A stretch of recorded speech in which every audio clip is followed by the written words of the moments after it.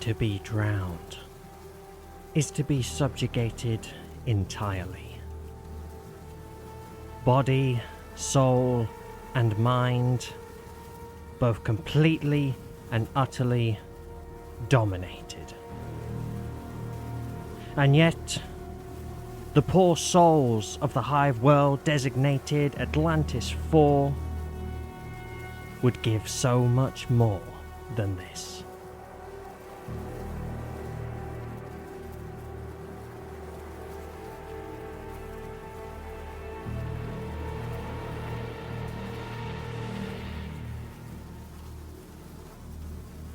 The ships had arrived.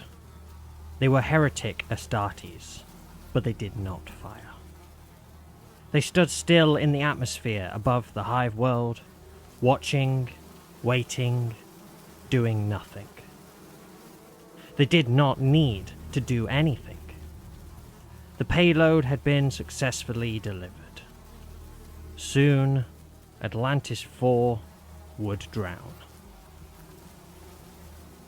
Aboard the flagship of the fleet, a Death Guard battlecruiser known as the Fathomless Abyss, the heretic Astartes champion stood quiet. Transmitted over the Vox from the planet's surface, the sounds of incomprehensible suffering washed over the champion.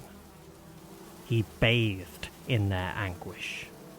This was his design. This was his weapon. This was his gift. The maddening and haunting toll of a demonic bell echoed across the planet, and the afflictions began. One by one, the 80 billion souls of Atlantis IV felt Nurgle's embrace. Uncontrollable drooling and blinding nausea preceded crippling stomach cramps that rendered each victim a hobbled, hunched heap on the ground. The bell tolled again, and then came the feverish sweats. Their bodies dripped and oozed with stinking sweat that itched furiously. Skin broke out in rashes and boils that, when scratched, peeled, popped, and bled. The wounds festered, seeping vast amounts of miasmic pus and black rotten blood. The bell tolled a third time, and the weeping began. Their eyes, ears, and noses leaked streams of foul, sticky mucus. The mucus clogged and rendered them blind and deaf, but still it poured from their orifices. At the fourth toll of the bell, their stomachs erupted. Relentless pourings of thick, choking, acidic vomit and bile, burning their throats, scalding their tongues and lips. Uncontrollable and endless. Their muscles tore apart, and their ribs snapped from the retching. And at the fifth toll of the bell, everything else gave out. Their bowels and intestines burst like rubber sacks, soaking them in puddles of guts and the vilest forms of excrements. The bell tolled a sixth time, and still these shivering husks lived on. Twisted parodies of their former selves, the foul liquids spewed from their bodies in an unending stream, as if each of them carried a lake of filth inside them. Drool, sweat, tears, mucus, blood, pus, vomit, bile, urine, feces, it all formed together. A sea of filth, rising higher, swallowing everything and everyone. Swarms of demonic flies bit and chewed at the fleshy heads of any who tried to surface. Soon, every soul had drowned. Hiver, Ganger, Enforcer, Highborn, all the same. Their bodies decomposed in seconds, liquefying, adding to the slurry. Still, the tide continued to rise. Nothing could escape. Every level of the hive world was being consumed. Buildings crumbled, even the tallest of hive spires fell. The entire planet swallowed in a putrescent, roiling ocean of chaos, until at last, by the seventh sickening toll of the bell, Atlantis IV had sank.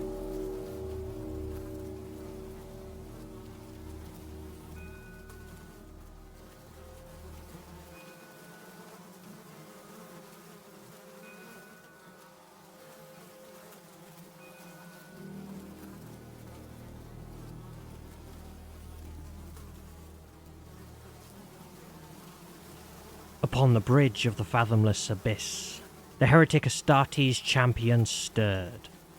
He removed his helmet and let it drop to the deck with a heavy thunk. He turned to face the plague marines that stood silently watching him and dipped his head in a commanding nod. The plague marines reacted. They carried huge lengths of broad, heavy chains which they hauled over to their champion. They wrapped and draped the chains around him until his knees buckled from the tremendous weight. With another commanding nod, a teleport homer was activated, and both champion and chains disappeared from the deck. Mere nanoseconds later, the champion and chains appeared in the atmosphere of Atlantis IV. From high above the roiling sea of filth, gravity dragged them down like a meteor and plunged them into the sea. The champion sank deeper and deeper into the putrescent depths. The waters flooded through his power armor in a tenacious torrent. They rushed under his eyelids and past his tear ducts, crashing into the bone of the socket. They streamed into his ears and ruptured the eardrums. They squirted up his nose into his brain, squelching inside his skull. The champion threw his jaw open and drew the waters in, giving himself entirely. The waters flooded down his throat, pouring into his stomach and lungs. He was drowning. Grandfather Nurgle turned his noxious gaze away from the great game and grinned a wide, jubilant grin. He drank the 80 billion souls of Atlantis IV and bestowed his gifts upon his champion with overwhelming generosity. The champion began to bloat and swell with abominable force. His power armor cracked and came away from his body. The heavy chains adorning him crumbled and broke. His skin stretched and split as his bones, muscles, and organs expanded. Great monstrous horns erupted out of his skull. Malefic slushy tentacles burst from his body, and a gargantuous crushing claw grew where a hand once was. Every part of him was growing, manipulating, transforming. He swelled and swelled to a colossal size, a size to rival even a greater demon of Nurgle, until at last he emerged. Into the sea of filth, the heretic Astartes champion had sank, and out of the sea of filth, Garglerot Deep, swallower of filth, bringer of the rotten tide, and drowned demon prince of Nurgle, did rise. And as Gagarat Deep emerged, the putrescent waters sloshing and oozing from inside his hulking mass, a spew of slurry bellowing from his demonic mouth, his great crab-like claw snapping overhead, an omnipotent voice drummed inside the demon prince's skull. Grandfather Nurgle touched Gargarot's soul with his loving embrace and uttered to him but a mere 7 simple words. Build me an army worthy of Nurgle.